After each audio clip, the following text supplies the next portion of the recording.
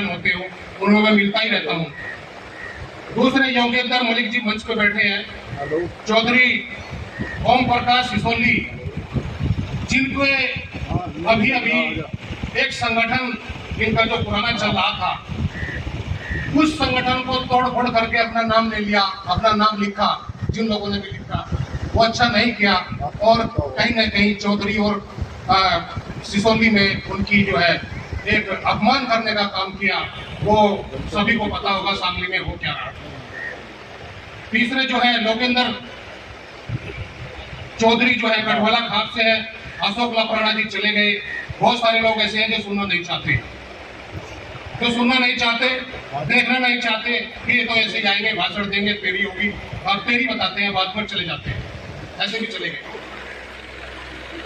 फिर चौधरी हरबीर सिंह कुरमाली, चौधरी साहब सिंह ठेकेदार हूँ, मेरे फूफा जी हैं, मास्टर ओमपाल कश्यप और माननीय ओमपाल अध्यक्ष सरदल शक्ति पार्टी और मास्टर राज सिंह ऊन, जो फिलहाल यहाँ रिटायर्ड भी हो चुके हैं और ऊन में है। तो सभी से मेरा बार बार धन्यवाद।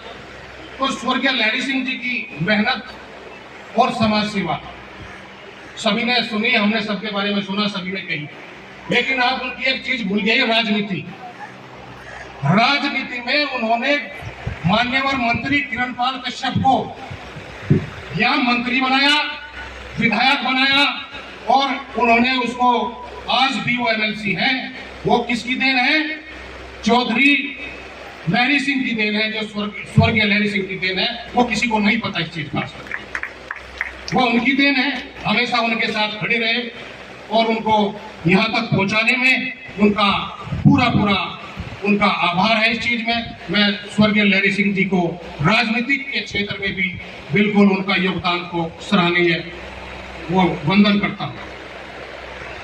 दूसरा, जो संगठनों की तोड़फोड़ यहाँ शामली में चली हुई है, यहाँ कोई भी आता है, एक संगठन बनाता है, दूसरा आदमी उसको तुरंत खट्टे में तोड़ देता है।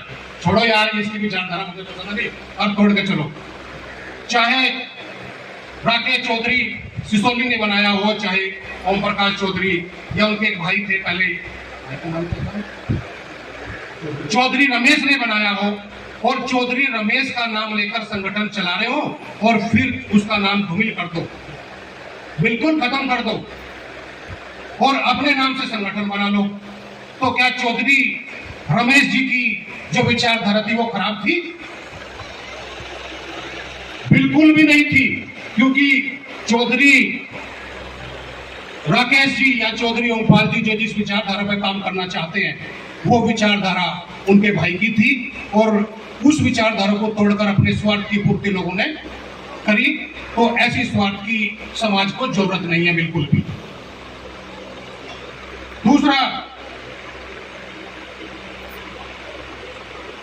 दूसरा ये है, जो माँ बाप अपने बच्चों को पढ़ा के लिखा के डॉक्टर, इंजीनियर, प्रोफेसर बनाता है। कुछ सेल्स कमिश्नर भी बनाए हमारे यहाँ, एक दो कमिश्नर हैं, और पीसीएस भी हमारे यहाँ एक ही है पूरे पश्चिमी उत्तर प्रदेश में, शायद आपको पता नहीं होगा, मेरा छोटा भाई है। और बहुत सारे बच्चे ऐसे होते हैं, अभी मैं एक रुड़की का देख रहा था, जो रुड़की आईआईटी में एक एडमिनिस्ट्रेटर पोस्ट पे है, और वो बागपत से है, और आपको पता भी होगा संजय कश्यप बीजेपी से है, सबको आपको शायद पता भी होगा, जानते होंगे। उनका बेटा गलत हरकत में पड़ा हुआ है और लिव इन रिलेशनशिप जिसको आप कहते हैं, सुनते भी होंगे, उसमें पड़ गया। तो हमारा बच्चा अगर हायर पोस्ट पर जाकर इन चीजों में पढ़ता है, तो सबसे पहले वो माँ बाप का, दूसरा समाज का, परिवार का, खानदान का, शिक्षा और पद का नुकसान करता है। तो कोई भी बच्चा लिविंग इन रिलेशनशिप में जाने की कोशिश ना करे, और अपनी जो शिक्षा समाज से उसने ली, परिवार से ली, और परिवार ने उसे मेहनत करके बड़ा किया, उसे छोड़ने का काम ना करे।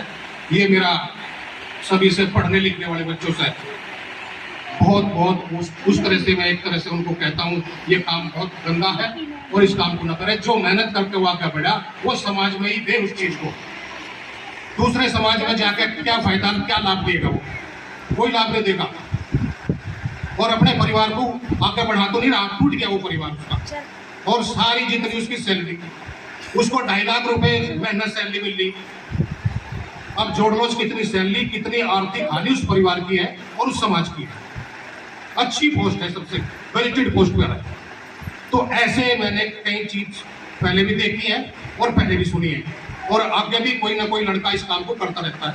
तो इस चीज से बचें और गलत दिशा में अब भाई यो मेरा प्रेमी और ये मेरी प्रेमिका, और गांव में भी और गलियों में भी। तो ये चीजों को कम से कम माँ बाप ध्यान रखें इस चीज का। एक ये है। दूसरा, नशे पे बात की विशाल ने भी करी भाई ने, और मैंने पाखंडवाद पर भी बात करी, डॉक्टर जय सिंह ने पाखंडवाद पे, डॉक्टर DSP कट्टाराम साहब ने भी बात की। तो पाखंड पर तो बहुत ही अच्छी बात की इन्होंने, मुझे बड़ी खुशी हुई। तीसरा, जो भूमिहीन हमारे समाज में परिवार है, वो भूमिहीन परिवार का रोजगार क्या है? उसके पास खुद का कुछ भी रोजगार नहीं है। चलो जमीन वाला तो अपने खेतों में जा ही रहा और वो कुछ न कुछ काम कर ही रहा, लेकिन भूमिहीन किसान या भूमिहीन मजदूर, भूमिहीन हमारा परिवार समाज का हो चाहे कोई भी हो, उसके पास कुछ भी काम करने की या अपनी दिनचर्या रोजी रोटी चलाने का उसके पास कुछ भी नहीं है। तो ऐसे परिवारों को दूसरा हमारा समाज उसे कुछ कम से कम सहायता करे, आर्थिक सहायता करें, और आर्थिक सहायता के बल पे उसे जो है वहाँ से हटाने की कोशिश करें जहाँ पर वो लगा हुआ है।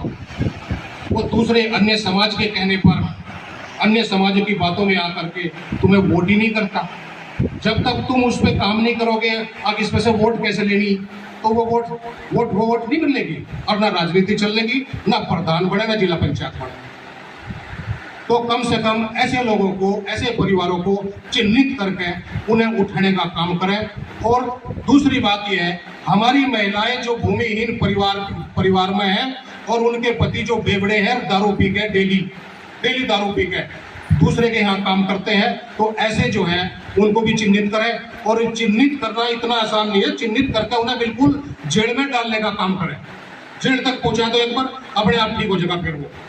तो जो महिलाएं हमारी हैं, वे जो भूमिहीन परिवार के उनके पति हैं, वे काम तो करते नहीं, और उनके जो है पिछवाड़े पे वे झोड़ी लटका दे या घास खोद ला। अब इस घास खोदने की परंपरा को हम बंद कैसे करेंगे? या परंपरा है, कुप्रथा है, या जो है परिवार पे बोझ है, या मजबूरी है, या बेकारी है? आप लोग इसे डिसाइड कर लो, इसे किस श्रेणी में रखेंगे? घास खोदने की परंपरा, या अब तक बंद होनी चाहिए थी और यह बंद नहीं हुई अब तक भी। इसमें हमारे चौधरियों को 100% काम करने की जरूरी है, और वे इसे जागरूक करें, और जागरूक करके यह झोड़ी हमारे समाज की महिलाओं और बहु बेटियों पे से हटाने का काम करें, बंद करने का काम करें। इस कुप्रथा को बिल्कुल बंद करवा दें। इधर तो भाई दूसरा मेरा है आरक्षण।